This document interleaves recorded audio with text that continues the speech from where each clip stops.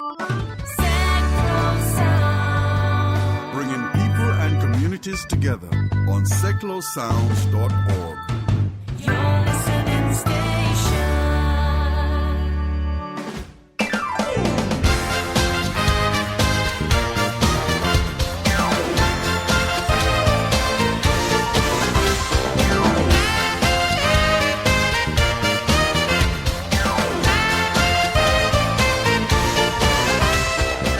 Hi, I'm Tony Sullivan and welcome to today's Sticks radio show. I have two guests on the show. Later on the show I'll be chatting to medium Tony Stockwell. But first I have, a lady who's really done everything, because we will be talking about in a little while. She's an actress, she's a comedian, she's a voice artist. And also, she was a Eurovision Song Contest entrant back in 1980, I believe it was, with her and her sister, in a band called Prima Donna. Her name is Kate Robbins. She also lives here in Bedfordshire. Now, well, let's start the show off. Well, I had to start it off with just being Eurovision a couple of weeks ago with Kate and her sister as a band called Prima Donna, and Love Enough for Two. There's a place in your heart for me. There's a room in my place for you. 'Cause I've got love enough. Yes, I've got love enough. Love enough for two. It isn't every road that leads me home. It isn't every day I'm on my own. But when I'm feeling sad and all alone, I think of you. Yes, I do. You got a very special kind of style. There's something in your eyes each time you smile. So tell me you can stay for just a while and love me too. If there's a place in your heart for me, there's a room in my place for you. 'Cause I've got love enough. Yes, I've got love enough for two. If there's a time in your life for me, I've got a lifetime to spend with you. 'Cause I've got love enough. Yes, I've got love enough. Love enough for two.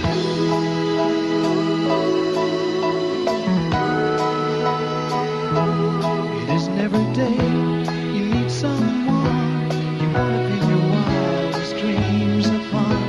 It's true you haven't known me very long, but I hope and pray that you'll stay. There's something in the way you touch my soul. It seemed that I was had, but now I'm whole. You've got me under your complete control in every way. If there's a place in your heart for me, there's a room in my place for you. 'Cause I've got love enough. Yes, I've got love enough for two. If there's a time in your life, I've got a lifetime to spend with you. 'Cause I've got love enough. Yes, I've got love enough. Love enough for two. I've got love enough. Love enough for two. Today on the show I have as my guest Kate Robbins, actress, comedian, singer, songwriter, voice artist. Is there any other thing, anything I missed, Kate? Knitter. Absolutely, yeah. I mean, there's not much you haven't done. I was quite surprised. I've been around for years. Oh, wow, yeah. I know. I always thought you were born in Liverpool. I assumed you were born in Liverpool, and Well, I was brought up there. I was born in the south, and then I was brought up on the Wirral Merseyside. Yeah. From the age of about 5, I think, up to till I left home, really, 17. Yeah, and I came down to London. Yeah. That's right. Well, you live in Bedfordshire now. We won't say I've that. lived in Bedfordshire since 80. 88, yeah. 88, yeah. Lovely part of the world. I live there as well, so we won't go into that too much. I love Bedfordshire. Yeah, I do as well. I live about 20 minutes from you. We won't sort of give away too much where you live and where I live. So, but it must have been really interesting when you were growing up. The family. I mean, your brother and your two sisters, and well, we're all show-offs, you know. Yeah. So that's basically what it is. But it must have been well, hell or whatever for your mum and dad. Well, I think, you know, it was a bit of a hectic upbringing. I mean, my dad was always in show business because he used to manage bands and he used to manage comedians and things like that. But I think really growing up, you know, because Paul McCartney being my mum's cousin, we grew up seeing that sort of fame. And I'm not saying we considered it normal, but I didn't really realise what my family connections were until I sort of left school and I thought, blimey. Well, yeah, it's a cousin. You know, it never really meant much when I was young. But it's quite good progeny, I think the word is. Yeah, because, I mean, you got two famous sisters, and obviously there's Ted as well. Well, obviously, everybody's sort of in the same industry. I mean, I was in the Eurovision Song Contest with my youngest many years ago, in 1980. But we did quite well. We came third. I mean, these days, Britain to come anywhere is quite good, you know. Anywhere except for last is a bonus, isn't it, nowadays? I know. So actually, coming third now, I think we'd be great for, you know, got anywhere in the top 10. But I mean, that must have been great for you. I mean, how many people watch Eurovision? I think it's something like 500 million. Something crazy. I mean, where are you going to play to 500 million people in one night? Exactly. It was fantastic. It was the first television I've ever done. Can you imagine? The first telly I ever do. Really? In front of that many people. I think it was about the first thing I'd ever done, yeah. Well, and I was, you know, put in this group called Prima Donna, 3 boys, 3 girls. A bit like sort of Guys and Dolls were a few years before. And I made friends with, you know, all the people in the group. We stayed friends, really. I'm still friends with all of them, you know. It's been a lovely journey, that. But I went on to do other things, you know, obviously. Then I went into Crossroads. And I remember that well as well. Yeah, well, I always say going into Crossroads was my first comedy I ever did, well, even though it wasn't supposed to be.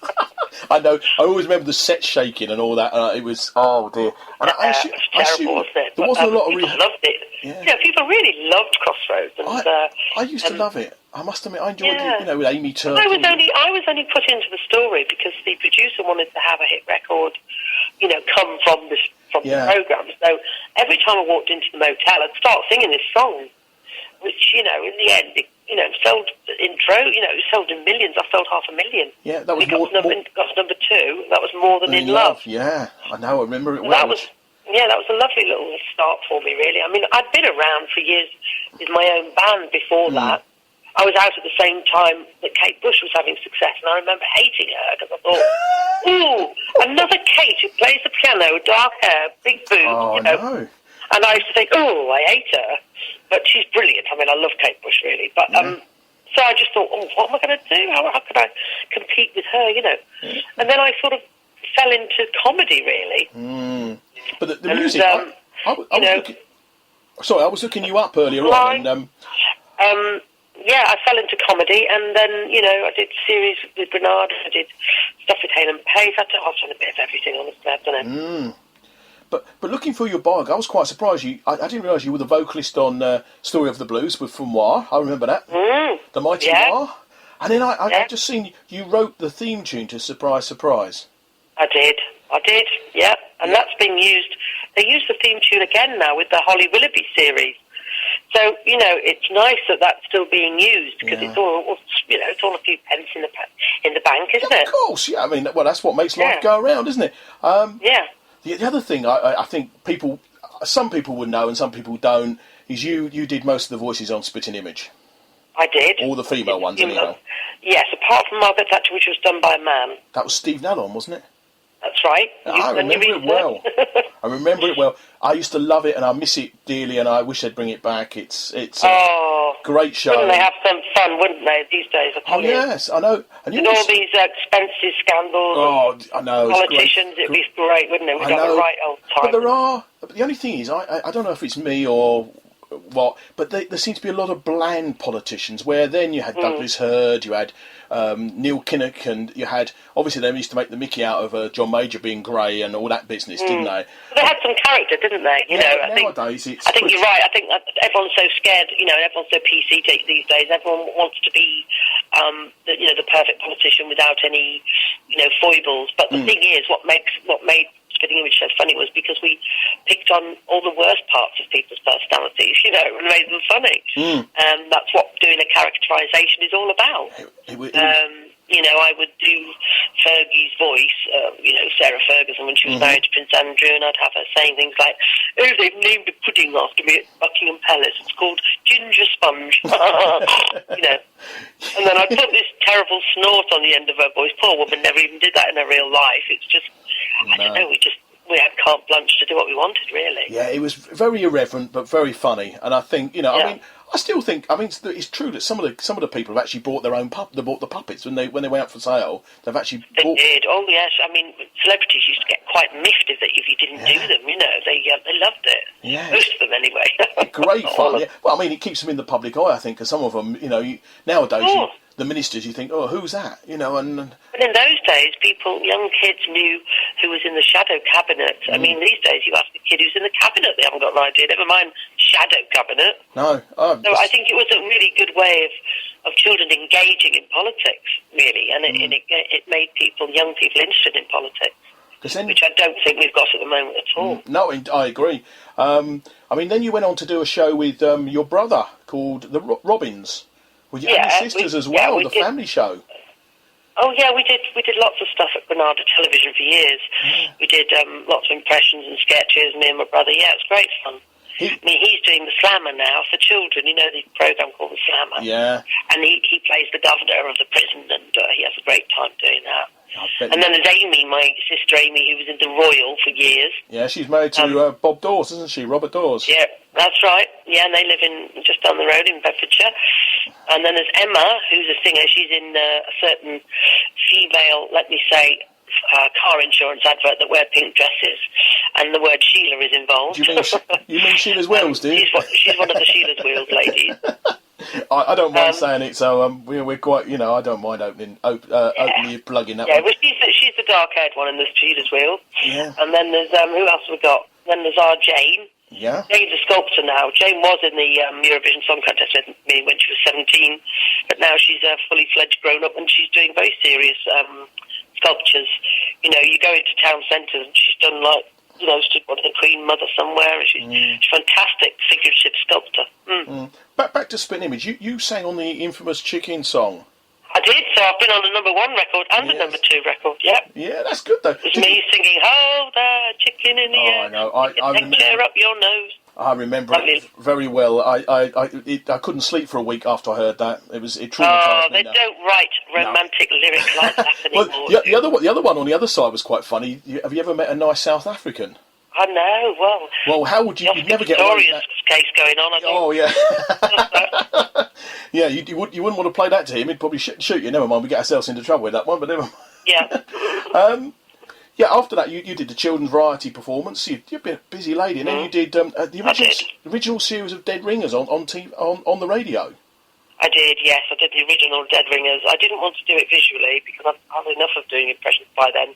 And I was bringing up my kids at home and just wanting to do voiceovers. I didn't really want to do much visual stuff for a while in the early 90s because I was trying to bring up 3 kids, It's hard work. Well, yeah, and one of your children has gone on to be sort of reasonably famous, hasn't she? Doing very well, Emily Atack. Yeah, yes. She's doing ever so well. I remember I saw her on the skating show a couple of seasons ago, 3 seasons ago. Yes, and she's just done. She's just done about 4 movies last year. She's just finished doing a movie with Misha Barton called. I forgot what it's called. It's a thriller. Oh, okay. I forgot what it's called. It's Misha Barton and Emily, and they've both got the co-leading roles. It's great. What's it called? Oh, I'll have to find out the title of it. She's doing really well, yeah. It's good. So, yeah, it's good. I mean, I never expected any of my kids to have normal jobs, really. Really? No. No. Because in 2007, you awarded the Honorary Bachelor of Arts degree at Bedfordshire University. I was lovely. I was really chuffed to get that. That must be some kind Very, of... very pleased. It was me and that chef called Novelli. Oh, yeah, Jean-Claude Novelli. He's a local I remember boy. he got one as well the same day as I did, yeah. Did he cook for you? No, he didn't. Oh, It's a it's a shame. shame. But I was looking for your CV. One show I didn't realise you were in, and I did look it up yesterday. You're in The Dinner Ladies. Yes, I played Babs in that. I was know. very, very unattractive woman who said things like, I come from Ernston. Is it just sit down toilet? I mean, that is an absolute classic show. I mean, I think anybody who's seen it will Victoria Wood was absolutely sensational in it, and what great writing. Yeah, I love working with Victoria. She's great. Yeah. She's all good, yeah. But you've done Doctors, Casualty. Yeah, I've done all those. They always call me one episode Kate. I've done all those sort of dramas. Yeah, lovely. I love doing it. When you I also did. I've done some really good classic comedies. I did what's it called? Last of the Summer Wine. Did you do that?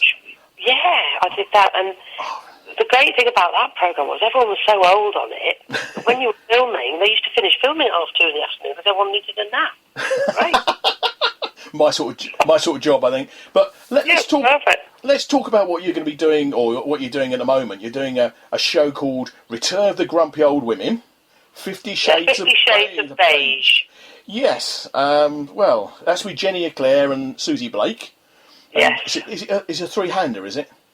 Three-hander, very funny, I have to say. I mean, it's a riot. If you come and see this show, you don't need to be a woman, and you don't need to be a grumpy woman to come and see it. We love men as well. So you like the grumpy old men coming along, so I'll be all right. We've got sketches and tunes and dancing and songs. Honestly, it's a bit of everything. I don't really want to give much away, but it is honestly very funny. Even my two girls, Martha and Emily, they came to see the tryout last year and they loved it. They went, Mum, we love it! And they said, you don't have to be grumpy or old to enjoy that. One of the things I've read a little bit about it, one of the things that worries me is how to customise an unwanted pole dancing kit. That's got to be worth the ticket money, I think, alone, isn't it, really? So. Yes, we talk about the joy of big knickers. We talk about the joy of dating when you're single in your 50s. We talk about everything, honestly. It's quite outrageous in parts, but yeah, it's great. You must come and see it. People can come and see you in June, on the 15th of June, at the Watford Coliseum, and I believe that's the last date on the tour, isn't it? That's the last one, so if we come to that one, we'll all have a lovely... Coming home, so that's going to be the last night party. Yeah, it's going to be great. Well, let's go back to let's go back to the sort of very start. What was your first acting role? I know you said you did you were in Prima Donna, and obviously thrust on the scene by it to 100 million. That was Crossroads. That was the first acting role you ever did. Yes, it was. You hadn't done any stage before. I've done serious, I've done movies and stuff. Yeah. I did a movie with James Franco called Fly Boys, which was nice. I had to speak French in that. And I've done other movies. I won the supporting actress at the Monaco Film Festival in 2006 for a film called Fated, which really was fated and was never seen again. But never mind, it was nice doing it. And I was in Sex Lives of a Potato Man with Johnny Vegas. Oh. And what was the other film? I've done another movie. I can't remember what it was. I can't remember. Anyway, I've done quite a lot of stuff. You did Lunchbox. No, I didn't do that in the end. That shouldn't be on there. That was proposed to me, and I never did it. No, you didn't. Oh, okay. No, it never got made. Oh, okay. So, what would you say is your favourite role you've done so far? My favourite role is singing, actually. When I do my own songs and go around do some jazz gigs, I love doing that. I love doing singing and I love doing comedy. I like both of them, really. So, yeah. Do a bit of both in Grumpy Old Women, so it's great. I get to sing and I get to dance and I get to be silly, so it's great. What is there a role you'd like to play? You see these stage shows in London or films. That is, you think I'd love to do that? No, not really. No. No ambition to do anything, no?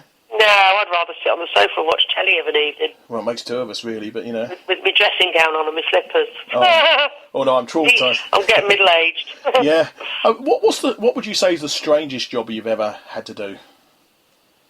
The strangest job I ever did was the voiceovers on Eurotrash. I used to have to do the translations, and I used to do them in silly voices, And some of the things I got to see on that. Yeah. fully grown lorry drivers wearing nappies. Very weird. Yeah, I remember seeing the show. I must admit, I did see the show. I didn't realise it was you doing the voiceovers. Oh yeah, I did voiceovers on that for years. Yeah, because you've done. I mean, I was looking through on the voiceovers. You've done loads of adverts and bits and bobs for different. Listen, I'm being called back to rehearsals now. Okay. All right. Thank you for your time today, Kate. Anyhow. Thank you, Terry. No problem. I've enjoyed it. No problem at all. That's lovely. All right, my darling. Thank you very much, Kate. Speak to you soon. Bye. Cheers, then. Bye.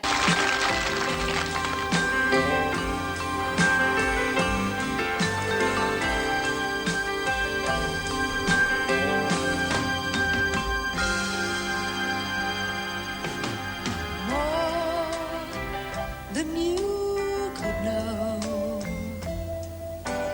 more than I can show. Thoughts deep down inside of me. It's hard to show how much I feel for you and me. More than in love, you're a part of me, and the feeling so much more than in love. And it's hard to see how anyone could say we're right. Never loved to try. We've a different meaning in the words. I love you more each passing day. More than I can say. All my feelings say it's right. Remember how I thought I'd lost you on that night. More than in love, you're a part of me, and the feeling so much more than in love. And it's hard to see how anyone could say we're right. Never loved to try. We've a different meaning in the words. I love you more than in love. You're a part of me, and the feeling so much more than in love. And it's hard to see how anyone could say we're right. Never loved to try. We've a different meaning in the words. I love you more than in love. So much more than in love. More than in love. More than in love. More than in love.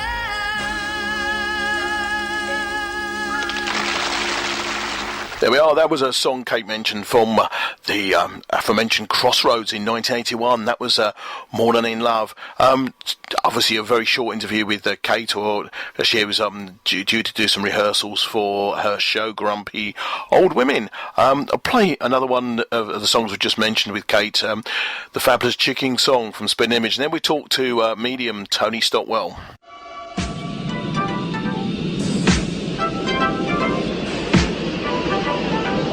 It's the time of year, now that spring is in the air, when those two wet gits with their girly curly hair make another song for moronic holidays that nauseate, haste in a million different ways. From the shores of Spain to the coast of southern France, no matter where you hide, you just can't escape this dance. Oh, the chicken in the air, stick a deck chair up your nose, buy a jumbo jet, and then bury all your clothes. Make your left knee free, then extract your wisdom teeth, form a string quartet, and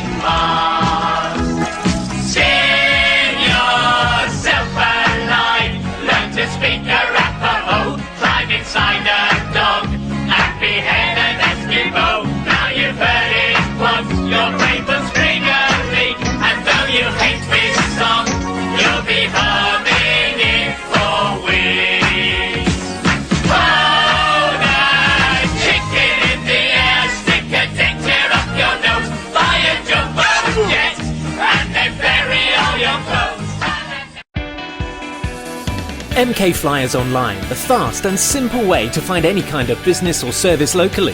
Find us at mkflyersonline.co.uk or download the MK Flyers mobile app from your app store. MK Flyers Online proudly supports Seclo Sounds, community radio for Milton Keynes. For the best travel locations around the globe, book your seat for the John Gwynn Travel Show on Seclo Sounds every Monday at 12 noon. Hear the latest advice and recommendations to help you achieve maximum enjoyment and value from your trip, no matter where you want to go or what you want to do. Also, check out John's travel report as he reveals the things that the travel industry could do better. The John Gwynn Travel Show, Mondays at 12 noon on Seclo Sounds. Check it out before you check in. You're listening to the Sticks Radio Show with Terry Sullivan on Seclo Sounds, broadcasting from the Old Rectory in Milton Keynes across the world. My second guest on the show today is famous medium Tony Stockwell. How are you doing, Tony? Yeah, very well, thank you. Good. For people who don't know much about you, you've been on TV quite a while, haven't you? I did a lot of TV over a period of years, and it's a couple of years ago since I've made a TV show of my own. But I'm generally on something or another, or radio shows, etc. People still know me. Yeah, you're famous with the three mediums. You had Colin Fry and Derek Acora. I imagine that's what you're really famous for, or well known for. Would you say? I kind of did that, and that was great. That was at the Hammersmith Apollo. It's going back a few years, and then from that, I was lucky enough to get my own show of Psychic Detectives. That was called The Street Psychic. And then I did another show called Psychic Academy as well. So, and then I was lucky enough to get another thing called Street Psychic in San Francisco, which is brilliant. Working in America was amazing. I've done lots of little things like that. But in the world that I'm involved in, it's kind of like a wonderful opportunity really to show people what I can do and be given a great platform for my work. And it's been a fascinating journey. And from the back of that, obviously, a lot of the programs were sold to Canada, America, and Australia. And that's opened up a whole new territory. So I've only just come back from Melbourne and Sydney, and next week I'm working in Arizona. So I get to travel now all around the world. Well, that's not a bad thing, is it? I suppose the only downside of that, you can't go anywhere without being recognised. Well, it's not too bad now here. I have to say, obviously where I live, in the town where I live, in the area where I live, people know me. Yeah. And that usually invites different reactions. Some people think, oh, here comes that lunatic. And other people, obviously they're into it, and obviously more spiritually minded people are into that. And that's been fascinating, because I've met some wonderful, people that, anything from Tai Chi people and from people that are into acupuncture and all sorts of other sort of spiritually inclined people I get to chat to all the time, which is fascinating. So I really think you're the sort of profession you're in, and we talk about the stage show you're doing, or the theatre tour you're doing, however you like to call it. The sort of the world you live in, it's a bit like Marmite, isn't it? People either love you or despise you, or hate you, or whatever you like to call it. There's two chains of thought, isn't there? Well, it is. I guess it does invite a certain reaction. I think people don't often have such a negative reaction. They maybe just say, well, it's not for me, and that's just fine. But there's lots of things in life that are not for me. But I would never go about, go out of my way to, be mean to somebody else. The people generally are very kind. Very good to you. And it's also, because I don't tell anyone what I do, unless they actually know. I'm never one of these people that goes to a party and say, oh, by the way, I'm a medium. I never would say it. So invariably, if someone says to me, what do I do? They don't know me, of course. I'll say something of what I do. So I'll say I'm a teacher, because I teach different colleges around the world. Or I'll say I'm into sort of motivational speaking, or something else. But I don't often use the word medium. In the past I used to, and for a little while I felt almost a little bad by not saying it, but it invites one of two reactions. Either people judge you for your belief, or they want you to read for them. And often when you're out, you can do without that, can't you? You want to do, isn't it? You want to socialise with your friends and talk about Coronation Street and all the normal life. Are you a Coronation Street lover then, are you? I don't mind Corrie. I'm much for Emmerdale, I have to say. Oh, do you? Yeah. I must admit, I'm an EastEnders man. I'm an EastEnders man, but that I don't watch any of the other ones. I don't. I must admit, I don't. I was up in the East End. I've had enough of that for a while. Well, my dad originally comes from the East End, so that's great. So, How did you sort of discover your gift? How did that sort of, you must have, was it some It came really from, I guess, a degree of personal tragedy. I was very close to my grandma, and then she diagnosed with lung cancer, and I was at the hospital with her at the time. I was only 16, and she was diagnosed with being poorly, and she went within the year, so that was like a hard time for me, because I love my gran very much. And literally, I think it was about 2 weeks after, my sister's friend was talking, and she suggested that I come along to see a medium that she knew. And so I think she was 19, I was 16, and we went along that Sunday. And it was actually a spiritualist meeting. It was held in a little Red Cross hall in Canvey Island in Essex. And I sat there, and it was a very simple service with a very nice, friendly bunch of people. And I just thought, oh, God, it was amazing. I was so excited to be there. And I think at that time somebody gave me a Doris Stokes book. And I started to read that. And it really did start off at a very, very exciting period of my life where I was incredibly lucky to be invited all sorts of places over a couple of years, where I saw some of the very late, great mediums that have now passed over, people that often people don't know the names, so Gordon Higginson, Albert Best, Mary Duffy. These were just older mediums that were so accurate. I mean, they were just absolutely mind-bogglingly fantastic. And I was lucky to see them in a very short space of time before they passed. And it really gave me the validity of mediumship. I think I understand people's skepticism when often all they've ever seen is a load of old dross. But I can tell you now that there are some amazingly accurate workers around. You just have to find them and seek them out. Would you say it's a gift, or could you teach me to be a medium, do you think? I think it's a gift. You do? I think it's a gift. I think some people are blessed with that gift and yet don't always realise that just because you're gifted, so it's no different from being an athlete. You could find a 14-year-old girl who can run like the clappers, but she could be a potential Olympic athlete, but literally she'd have to get down the track, most days with the trainer. So it's exactly the same. Some people have an ability, but they almost, if they don't recognise it, they still have to work at it. It's almost like a dormant thing. It's something that happens on occasion. But of course, if you sit down and recognise you need to train it, it's like anything else, as an artist, as a poet, as a musician, you can find someone with a basic talent, and sometimes a wonderful talent, but you still have to harness that talent. I mean, that's interesting, because of, I'm not sure which court I'm in, whether I believe or I disbelieve, so I'm sort of stuck in that thing, so maybe coming to one of your shows may help, I don't know. It would certainly help if you've got a contact in the show, somebody came through that you knew. Yeah, that's that would be fascinating. Or you came along to the show and you heard somebody else's very accurate description of what's going on. I'm not one for blowing my trumpet. I'm not one. Well, no, blow your trumpet. But I'm just thinking. I did a demonstration in Charming just last week, and it was a fine enough demonstration. It wasn't my best, wasn't my worst. I was working hard. And I suddenly started to work with this lady, and her grandparents were coming through, and I saw the word Holland very clearly in my mind. And I just said, look, they're talking of Holland, and she seemed quite excited. And she said they always went to Holland. They loved Holland. It was a big thing for them. And as clear as anything, I saw these two people, and the word Naarden came into my mind.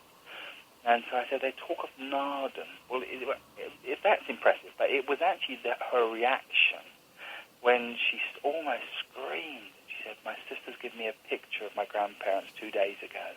It's my grandparents in Naarden, in a village, and they're in a village with the streets, like with a sign of the village in between them, and the sign is Naarden.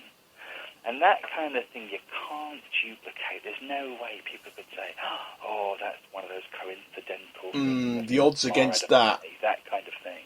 The odds against that has got to be millions to one, hasn't it? Millions to one. But, that is a sad thing or a good thing. I get more excited than my recipients often. I always say to her, you're joking. Is that really true? She said, absolutely. I said, promise me. Because I think it's as fascinating as anybody else. Some days it's so wonderfully accurate, and there's something to do with me. That's just mediumship is so accurate and such. And other days it's cloudy and it's frosty and it can be hard work. Yeah. But it doesn't take anything away from the absolute knowing, really, that some days the link between the two worlds is strong, and the veil between the two worlds is thin, and wonderful things. It's like looking into somebody's life, I suppose, and it's a bit like we all love the stories they do on BBC One where they go to do the family tree of somebody famous, and I imagine it's a bit like that. You're looking into somebody else's life. Yeah, it is that certainly, and you can particularly predict that really for other people to kind of connect with. But you talk about TV shows. I love that TV show. Is it with Davina McCall, Long Lost Family?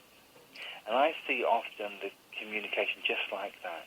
Yeah. I did a private reading. I don't do that many these days, purely for time, but I had a long engagement of somebody that wanted to come and see me from London. They came down, and her father came through, and it was a good contact from her father. And then I say, your grandmother's here.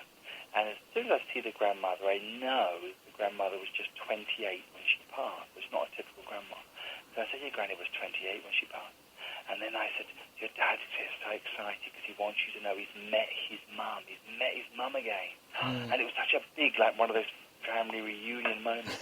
and she told me the story that her grandmother had actually given birth to her father and died. So he never knew his mother. So you can imagine the elation that I could feel when he was saying, I've met my mum. And it was such a big part of the contact of the reading.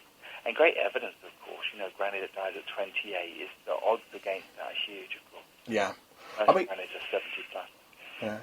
I mean, you do your teaching, and the other thing you do spiritual holidays. Yeah, I've done a few now. Yeah, it's been great. I took a group to Egypt on a Nile cruise a few years ago. Took this entire boat. There was 100 and something of us running around. And we were singing mantras in the dead of night in the temples. It was fabulous. Honestly, it was a real hoot. And we did meditation in the mornings on the boat. It was just fab. And then we've been to Italy a few times to Lake Como with different groups. And with November, I took a group to Gozo in Malta. And we had a wonderful time there. And we was able to do some trance work in the oldest temple in the world, or one of the oldest temples in the world. And that was, of course, again, under starlight sky, and it was just wonderful. It was a real emotional moment. We turned into something of a healing group as well. It was fun. Because you're going, not this year, because that's 2014, but next year you're off to France. Yes, going to Carcassonne next year. Yeah. Okay. I did it for a TV show, actually, another one called Legend Detectives. It was part of the Discovery Channel program. And the premise of the program was the clairvoyant, the medium. And there was a historian and a psychologist, and the three of them were a team. And we had to go investigate certain mysteries, legends of time. And so we actually went to look at the mystery of Mary Magdalene in Carcassonne. And there's the story of a guy who was a very wealthy priest from nothing. Overnight he became very wealthy, and how, why.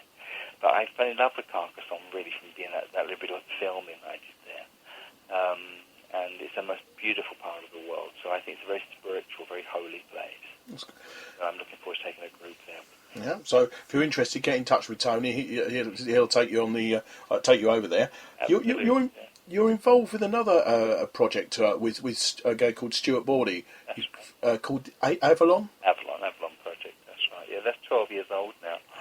We've been running that successfully for 12 years, and we take people on spiritual holidays within the UK. In as much we take a hotel, and it's like a big conference really for people that are spiritually minded and looking to develop their mediumship. So we do that, and we book other mediums to join me, and that's become a real family. We've got 3 couples that have met on those seminars that have recently got married, which is fab. Wow. And we're looking forward to our first Avalon baby this month.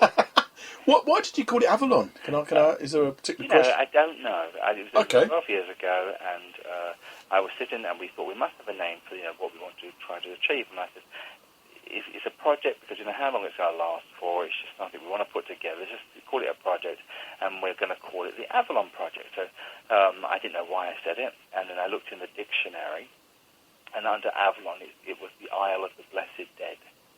And I thought, perfect. So, I always thought of Roxy Music when I heard it.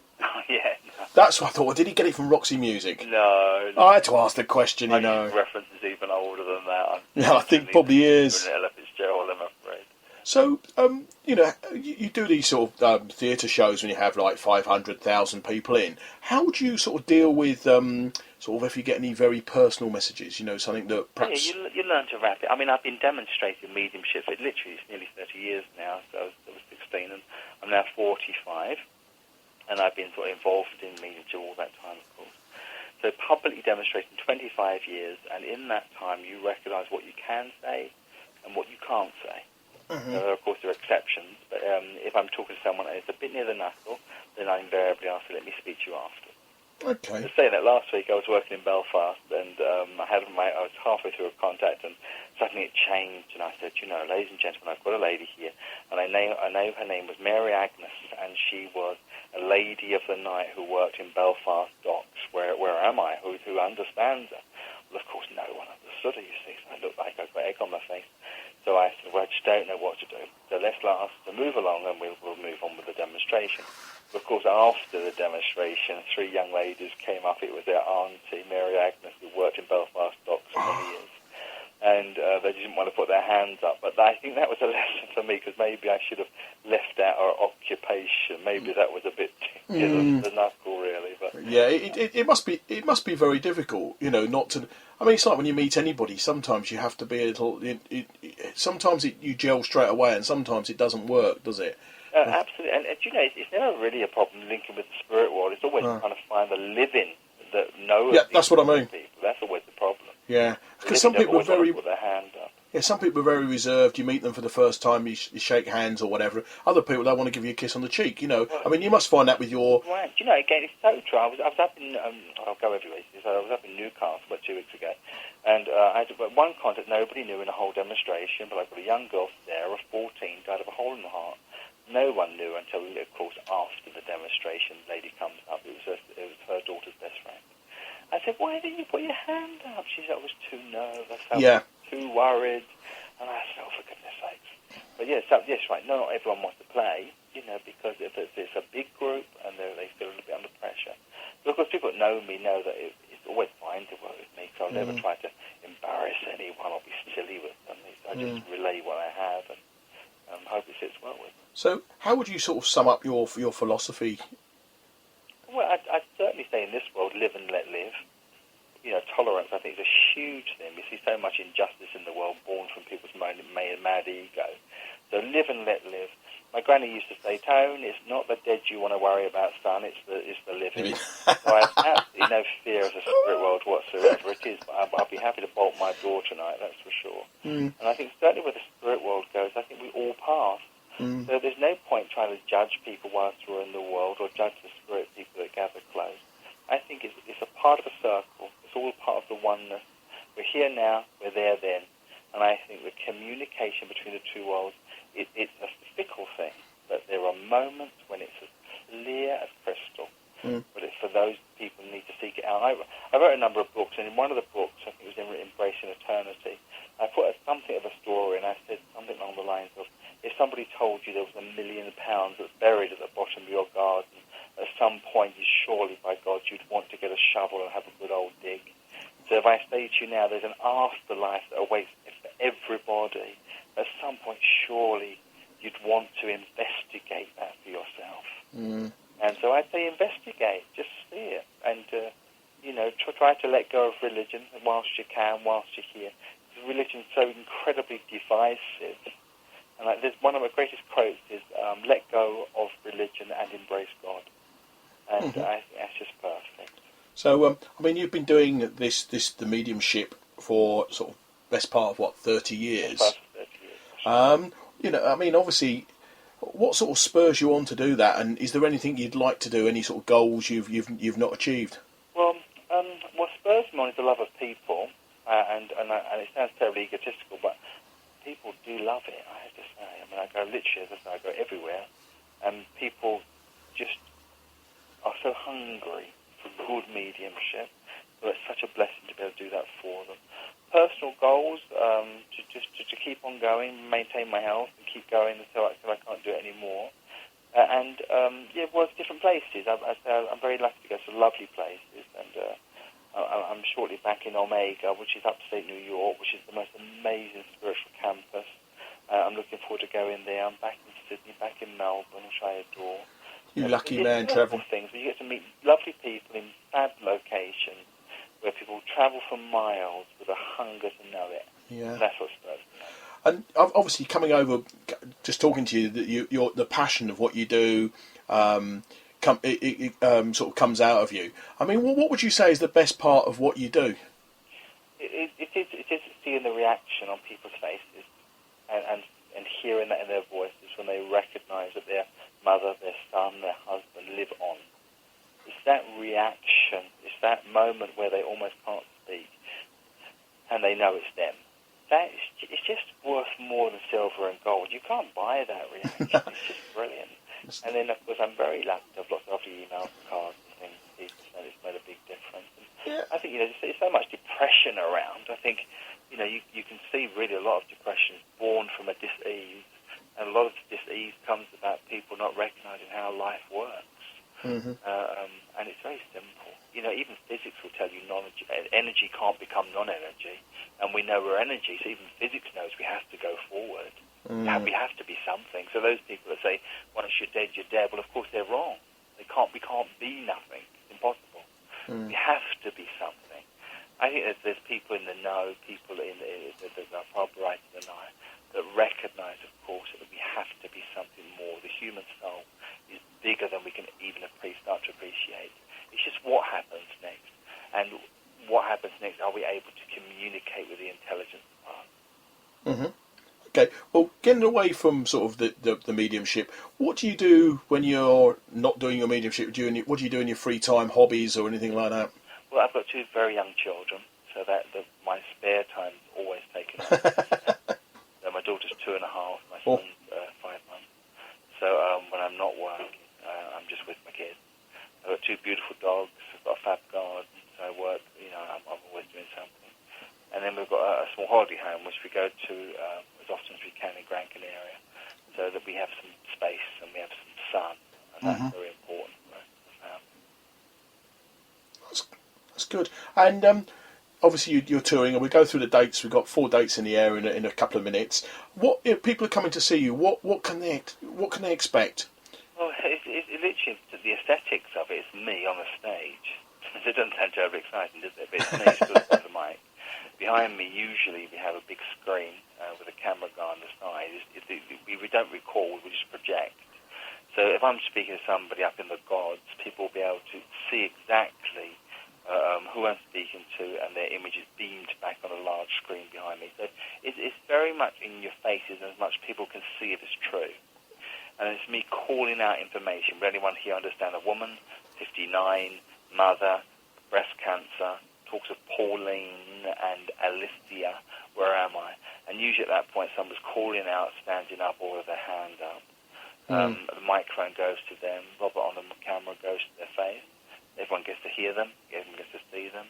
And then what I'm trying to relay is, after my initial attempt to bring positive identification, then it's what they're doing in the spirit world, who they've seen since their past, what they know of our world, and anything else I can glean. And I'm with them for about 10 minutes, and then we do the whole process again. Okay, Generally in a demo, we've got, God forbid it's true, we have children, we have mums, dads, and granddads, aunts, uncles, brothers, sisters, all manifesting. Well, To join me on the stage, and hopefully by the end of it, people can see it's a real honest attempt at bringing clarity. okay.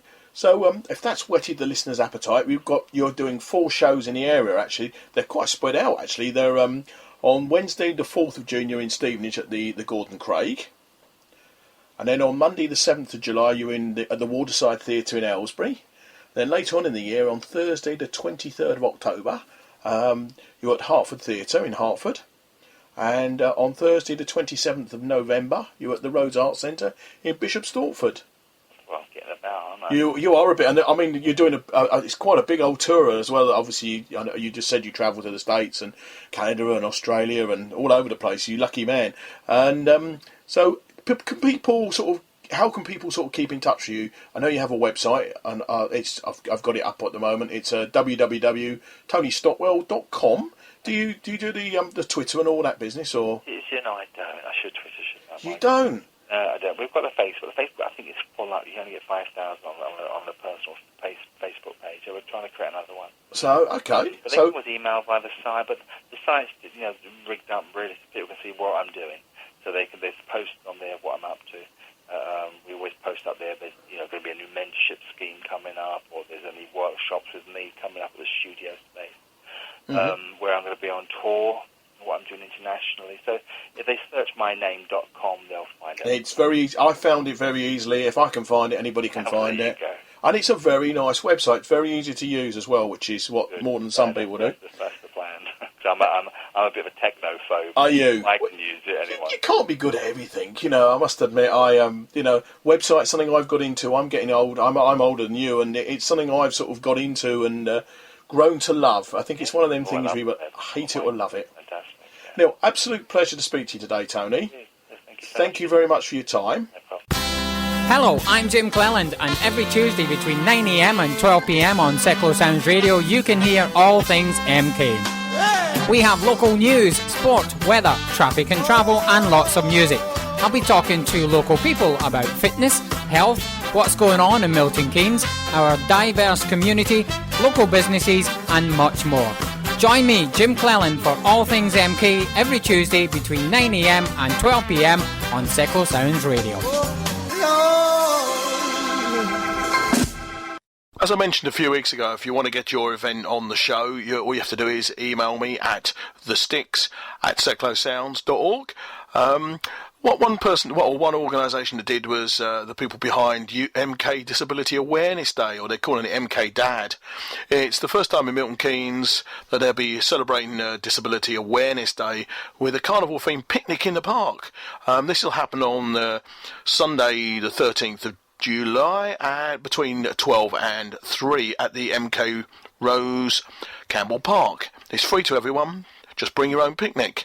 MK Dad will showcase the amazing talent that exists within our disabled community and is aiming to put MK on the map as a city that inspires a can-do attitude among its whole population. City-based British archery champion Valerie Williamson is coming along with Britain's youngest Paralympian fencing champion Gabby Down and Paralympic footballer Alistair Patrick Heselton. If that won't inspire you, nothing will. So, as I say, also there's going to be music from the Haddam Beats and drumming from the Warriors, and also dance from Neon and performances from M Compass and MK Snap. You can also try over a dozen sports, games, gymnastics, yoga, arts and crafts, and meet the MK Dons mascot and explore the MK Dons on tour bus. And also the Thames Valley Police Community Unit will be there. The event will be opened by MK's new mayor and supported by internationally renowned artist Gordon Young, who designed the MK Rose and supported the Disability Awareness Day pillar. Cakes, cookies, pizza, bread will be on sale from Campton and MK Snap. A really awesome coffee van. So sounds a great event to get along. And I say that's on Sunday the 13th of July between 12 noon and 3 o'clock. I'm hoping to get along there, so maybe I'll bump into you. Say if anybody else would like me to promote their events on the show, just email me at thesticks at seclosounds.org. That's the sticks at seclosounds.org. Look forward to hearing from you. There we are, almost another show over. Time flies when you're having fun. I'd like to thank my guest today. We had the fabulous actress, comedian Kate Robbins, and also medium Tony Stockwell. Next week on the show, I have Carol Ritchie's, Mike Nacy and Ned Lawton, their ruggy staff. They've just won a big folk award and they'll be joining me on the show next week. Now, as always, I've been Terry Sullivan. This has been the Sticks Radio Show. And it's bye for now. I leave you with a track from the new Coldplay album called Ghost Stories. This is a track called Magic.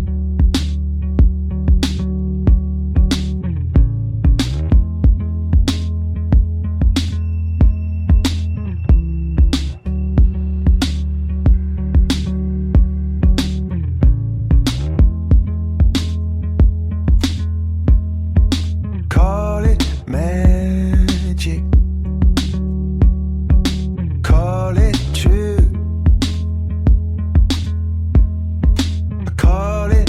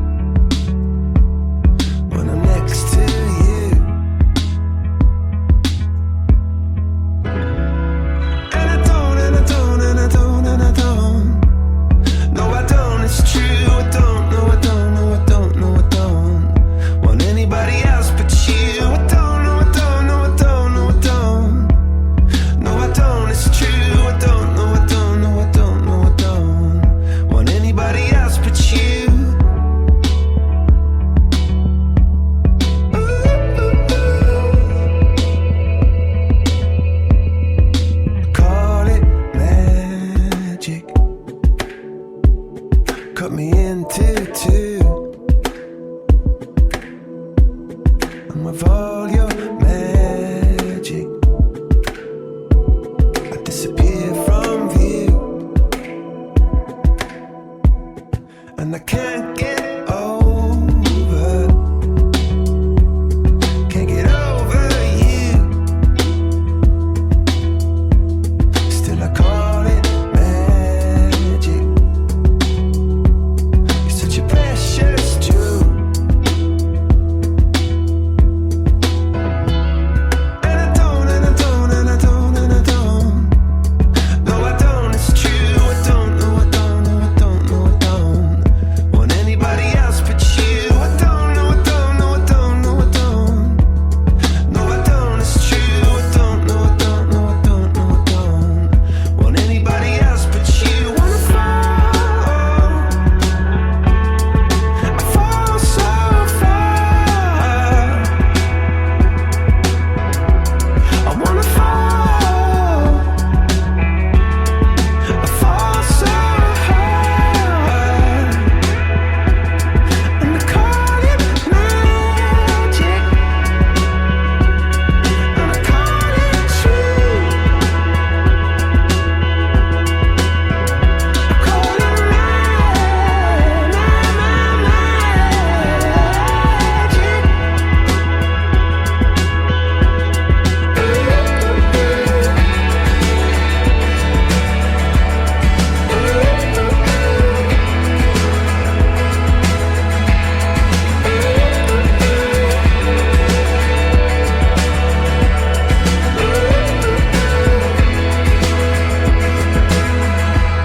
And if you were to ask me, after all that we've been through,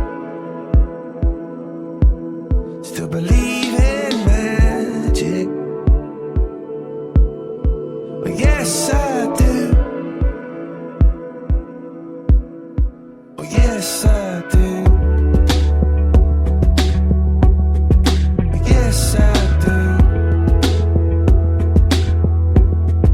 Oh, yes, I do.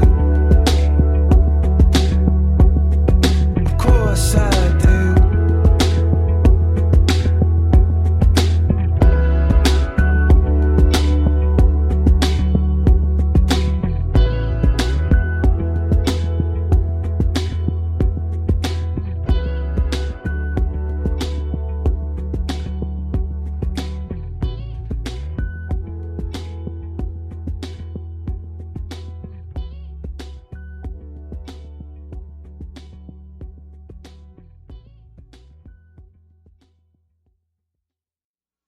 You're listening to Seclo Sounds, the community radio station for Milton Keynes. MK Pulse proudly sponsors Seclo Sounds. MK Pulse is Milton Keynes' local magazine, bringing helpful information on food, health, fashion, money, travel, culture, and much more to 66,000 readers every month. Plus news, views, and what's on from around the city. If it's happening in Milton Keynes, it's in MK Pulse, and it's available online at www.mkpulse.co.uk. MK Pulse and Seclo Sounds, the heart and soul of the city.